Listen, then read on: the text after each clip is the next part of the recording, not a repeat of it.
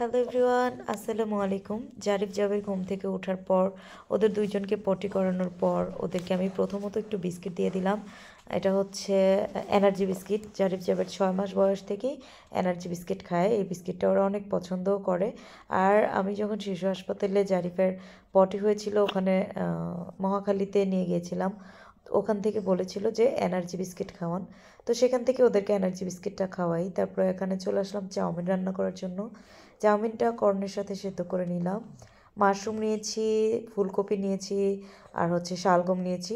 প্রথমে 2টা ডিম আমি ফাটিয়ে ভেজে নুডলসের সাথে উঠিয়ে রাখবো। তারপর শালগম, ফুলকপি দিয়ে দিলাম, চিকেন পাউডার। এই যে নুডলসটা সেদ্ধ করার জন্য সময় আমি লবণ দিয়েছিলাম, এরপর আর আমি একটুও লবণ দিব না। চিকেন পাউডারটা যে দিলাম এটাতেই লবণ ছিল। আর আমার রান্নার ভিডিওগুলো অনেকে ভালোবাসেন, এজন্য এখন সকালবেলা আজকে রান্না করছি চাউমিন। ডিটেলস রান্নার ভিডিওটা দিচ্ছি একটু পর। আবার আমার আম্মু দুপুরের রান্নাটা করবে। সকালে ঘুম থেকে উঠেই দেখি মা সব কিছু কাটাকাটি করে রেখেছে, কারণ আমাদের সেরেলাকের কাজ এখনও শেষ হয়নি। গতকালকে অর্ধেক ইনগ্রিডিয়েন্টস শুকিয়েছি, আজকে গম, ভুট্টা, তারপর হচ্ছে খেজুর, খুরমা খেজুরগুলো ভিজিয়ে কেটে রেখেছি সেগুলো, তারপরে হচ্ছে লাল যে আমন ধানের চাল সেগুলো, বাদাম, এগুলো ধুয়ে রোদ্রে দিতে হবে। আর সকালবেলা উঠেই দেখি আকাশটা একদম মন্দা মন্দা, মানে আকাশে হাসি নেই আর কি, একদম আকাশ ভাট। তো এখানে আমি নুডলসগুলো দিয়ে দিলাম, ফুলকপি এগুলো ভাজা হয়ে গেলে তারপরে 2টা দিয়ে দেবো চিকেন স্টক, আবারও দিয়ে দেবো চিকেন পাউডার।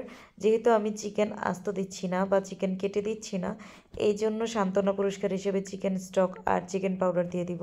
সয়া সস দিলাম, তারপর দিলাম ওয়েস্টার সস, তারপরে দিলাম টমেটো সস। এই সসগুলো থাকলে আপনাদের ঘরে কোনো ধরনের সবজি টবজি না থাকলেও চলবে, আপনারা জাস্ট নুডলস সেদ্ধ করবেন, এই সসগুলো দিয়ে মেশাবেন, খেয়ে উঠবেন, শেষ খাওয়া। তো যাই হোক, এখন চাউমিনটাকে আমি নাড়াচাড়া করে নিব। এই চাউমিনটার মূল্য মাত্র 45 টাকা, এক প্যাকেট 45 টাকা দিয়ে রান্না করলে আপনাদের ফুল ফ্যামিলি হয়ে যাবে। পুরো কড়াই কিন্তু ভরে গেছে, আপনারা দেখুন। এর মধ্যে যদি আমি আরও সবজি দিতাম তাহলে আরও অনেক ভরে যেত। তো নুডলসটা রান্না করা শেষ, মাশরুমও দিয়ে দিলাম। এখন ডিম সিদ্ধটা কুচি কুচি করে কেটে উপরে দিয়ে দিব। উপরে চলে গেলাম ছাদে 2টা পেঁয়াজ পাতা আনতে। এই পেঁয়াজ পাতাটাকে কুচি করে সুন্দর করে নুডলসে দিয়ে দিয়ে আপুকে নাস্তা দিলাম প্রথমে, মুক্তা আপুকে। তারপরে আমার কাজ শুরু হয়ে গেল আর কি, ঘর টর ঝাড়ু দিব এখন। তো আমার আম্মু ডিম ভুনা করবে, সকালে ঘুম থেকে উঠেই দেখে আম্মু ডিম সিদ্ধ করে ফেলেছে। তো এই ডিমটাকে লাল করে কিভাবে ভাজবেন সেই রেসিপিটা আপনাদেরকে আজকে একটু দেখাই। ভুনাটা আমার মাই করবে। আমি প্রথমে হচ্ছে তেলটাকে অনেক বেশি তাতাতে হবে, যেন এই যে কড়াইটা দেখেছেন সাইডে একদম পুড়ে গেছে, এরকম বেশি গরম করতে হবে তেলটা। তারপরে সবগুলো ডিম দিয়ে দিতে হবে সামান্য লবণ দিয়ে। তারপরে একাধারে এরকম নাড়তে হবে, নেড়ে নেড়ে ডিমটা একদম পুরোপুরি ভাজতে হবে, মানে সাইডে সাইডে ভাজা হয়ে যাবে। একেবারে আবার ভেজে হোট্টা বানিয়ে ফেলবেন না। তো ভাজা হয়ে গেলে দিয়ে দিব হলুদের গুঁড়ো, আর কোনো মশলা না, শুধু হলুদের গুঁড়ো দিয়ে ভেজে নেবেন। এই যে দেখুন ডিমের কালারটা জাস্ট ওয়াও একটা কালার হবে। তো ডিমেরটা ভেজে রেখে আসলাম, আম্মু রান্না করবে। এখানে জারিফ আর জাবেরকে চাউমিন খাওয়ানোর জন্য নিয়ে আসলাম। ওদের সকালের নাস্তা আজকে চাউমিনটাই ছিল। সেরেলাক জাল করতেও এখন আলসেমি লাগে, কারণ যে পরিমাণের কাজ আমি করি, আমার কাজ আমার বড় আপু বলে যে শান্তির মতো একদিন যদি আমি কাজ করতাম 7 দিন আমি বিছানায় পড়ে থাকতাম। তো এই যে 150-200 কেজি সেরেলাক, এই সেরেলাকের যত উপকরণগুলো আছে সবগুলো কিন্তু আমি ছাদে উঠাই। 12 কেজির এক একটা করে ডাল, এখানে সব ধরনের ডাল আছে 12 কেজি করে, চাল আছে 20 কেজি করে, সাগুদানা চিরা এগুলো 20 কেজি করে। আল্লাহ বলো, দাঁড়াও।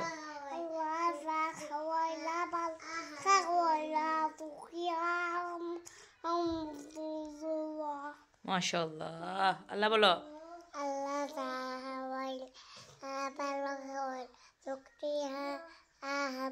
আল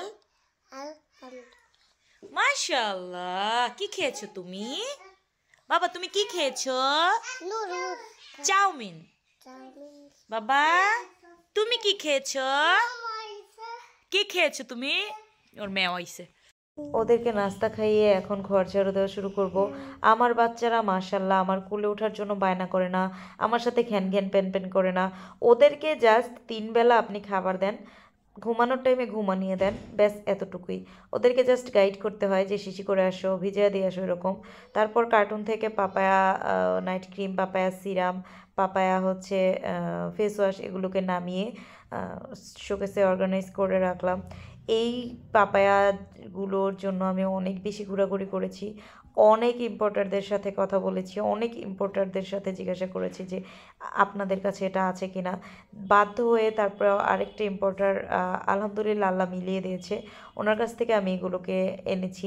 তো যাই হোক, এই যে এই পাপায়া সিরাম আর পাপায়া ফেস ওয়াশ আর পাপায়া নাইট ক্রিম, এটা আপনারা কম্বো হিসেবেও নিতে পারেন। এই পুরোটা কম্বের দাম আমার আরসিসি নাইট ক্রিমের প্রাইজের, একটা আরসিসি নাইট ক্রিমের প্রাইজের চেয়েও কম। তাহলে বুঝতেই পারছেন কতটা কম দামে আপনারা এই পুরোটা কম্বো পাচ্ছেন। আর এই আমার সেল করা নাইট ক্রিমের মধ্যে সবচেয়ে কম দামি নাইট ক্রিমটাই হবে পাপায়া নাইট ক্রিমটা। তো যাই হোক, এই পাপায়া নাইট ক্রিম, সিরাম আর ফেস ওয়াশটা কিন্তু ফ্রান্সের একটা প্রোডাক্ট। আর এই প্রোডাক্টটা এত বেশি ভালো কাজ করে, আপনারা স্টুডেন্ট বাজেটের মধ্যে এটা নিতে পারবেন। এইটা হচ্ছে আপনাদের মুখের ব্রণ যাবে, ব্রণের দাগ যাবে, তারপর হচ্ছে আপনার স্কিনটাকে ফর্সা করবে, গ্লাস স্কিন করবে। এটা 7 থেকে 8 মাস ব্যবহার করার পর আপনি কালো ছিলেন নাকি আপনি ফর্সা, আপনি অরিজিনালি ফর্সা বা ন্যাচারালি ফর্সা, এটা বোঝাই যাবে না। এটা খুব ভালো একটা প্রোডাক্ট। আপনার মুখে কোনো ধরনের দাগ, তারপর হচ্ছে লাল তিল, কালো তিল কিছুই থাকবে না, একদম ক্রিস্টাল ক্লিয়ার যাকে বলে এরকম হয়ে যাবে। তো এখানে আমার আম্মু রান্না চড়িয়ে দিয়েছে, কারণ আজকে সেরেলাকের উপকরণগুলো সব লাকড়ির চুলায় ভাজতে হবে, আর বাকি সেরেলাকের উপকরণগুলোকে শুকাতে হবে। তো মাহেলা আপা আবার সকালবেলা চলে আসছে। গতকালকে আপু সব কিছু করে দিয়ে রাতের বেলা বাসে গিয়েছিল, এখন আবার চলে আসছে। আপু এখন লাকড়ির চুলায় আগুন জ্বালবে। মা গুঁড়া মাছ রান্না করেছে, আর ডিমগুলো যে ভেজে দিয়েছিলাম সেই ডিমগুলো দিয়ে আম্মু এই যে ডিম ভুনা করেছে। গতকালকে ডিম ভুনা হয়েছিল, সেটা বড় আপুর কাছে অনেক বেশি মজা লেগেছিলো, এজন্য আম্মু আবার আজকে হাঁসের ডিম ভুনা করেছে। আর এখানে হচ্ছে ভর্তা বানিয়েছে আমার আম্মু, দেখলেন না পাটিতে একটুখানি আলাদা ভর্তা, সেটা আমার চাচাতো বোনকে দেওয়ার জন্য বেড়েছে। মানে কোনো কিছু আমার আম্মু রান্না করলে জানালা দিয়েই চাচিকে দেখা যায়, তাকে দিয়ে নিবে। তো আমি আবার আখিকে বলছিলাম যে দেখ, আমার মা রান্না করার আগে রান্না করে তরকারি ভাতটা তোকেই দেয়। তো যাই হোক, আমার আম্মু এরকম মিশুক, আমার আম্মু কাউকে কোনো কিছু না দিয়ে খেতে পারে না, এজন্য আমরা দুই বোনও এরকমই হয়েছি, সবাইকে নিয়ে খেতে অনেক বেশি পছন্দ করি, সেটা যত দামি খাবার হোক বা যত কম দামি খাবার হোক। তো এখানে জারিফ আর জাবেরকে আমি ঘুমানিয়ে দিচ্ছি, ওদেরকে ভাত খাইয়ে দিয়েছে আমার মা। আমি ছাদে ওইগুলোকে ধুয়ে রোদ্রে দিয়ে আসলাম, তারপরে ভাত খেতে বসেছি। 3:30 বাজে দুপুরের খাবার। সকালে জারিফ আর জাবেরের প্লেট থেকে 2-3 চামচ চাউমিন খেয়েছিলাম। তো ভাত খাওয়ার পর এগুলো মাহেলাপা আর মা মিলে লাকড়ির চুলায় ভাত ছিল, আর আমি সবগুলো বল দিয়ে এনে এনে এখানে ঢালছিলাম, মানে এক এক বলে 20 থেকে 25 কেজি করে ছিল। তো আমি যখন ভয়েস দিচ্ছি, মানে কি বলবো, শরীর এত বেশি ব্যথা আর আমার ঘুমে চোখ একদম জুবিয়ে আসছে, কারণ 3-4 দিন ধরে খুব সকালে ঘুম থেকে ওঠা পড়ছে। তো আপনাদের জন্যই এত কষ্ট করি, আপনাদের বাচ্চারা যেন মাশাল্লাহ আমার হাতের সেরেলাকটা খেতে পারে। আর এত বেশি তাড়াতাড়ি এবার সেরেলাকটা শেষ হয়ে গেছে, আপনারাও দেখেছেন যে কিছুদিন আগেই বানিয়েছি, 20-25 দিন হয়। তো এর মধ্যে সেরেলাকটা খুব তাড়াতাড়ি এবার শেষ হয়ে গেছে। আমার নতুন কাস্টমারের সংখ্যা অনেক বেশি বেড়ে গেছে আলহামদুলিল্লাহ। তো এখন আমি ঘরটাকে ঝাড়ু দিয়ে নিয়েছি, এখন হলো মুছে নিব, কারণ সারাদিন ঘরটা আর মুছার সময় পাইনি।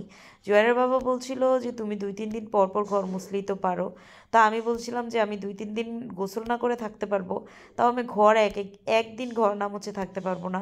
আমার মনে হয় যেন আমার শরীরে ময়লা লেগে আছে এরকম লাগে। আর বাচ্চাদের ঘর, বাচ্চারা সারাদিন এই ঘর থেকে ওই ঘরে ছুটাছুটি করে, তো ময়লা পড়ে, আর ওগুলো ঝাড়ু দিলে কেমন যেন টাইসের ঘরে কেমন যেন কসকসের মতো লাগে। তো মাহেলা আপা ওখান থেকেই সেগুলো ভেজে এনে আবার সব গতকালকের বাজারগুলো খানাডুলির ভিতরে রেখে দিয়েছে। এই যে আমার ঘরটাকে আমি চকচকা করে ফেলেছি মাশাআল্লাহ। ঘরটা মুছার পর নিজের কাছে অনেক বেশি রিল্যাক্স লাগে। তো এই যে সিঁড়ির নিচের এই দিকটাও মুছেছি, এই যে বাইরেরটাও মুছেছি, দেখুন কাজের মহিলা কিন্তু বাহিরে মুছে না। তো আমার ঘরটা দেখে এখন আমার ভিতর দিয়ে একটু শান্তি লাগছে যে এখন আমি একটু রেস্ট করতে পারবো, কারণ ঘরে ময়লা রেখে বা অগোছালো কাজ রেখে আমি রেস্ট করতে পারি না,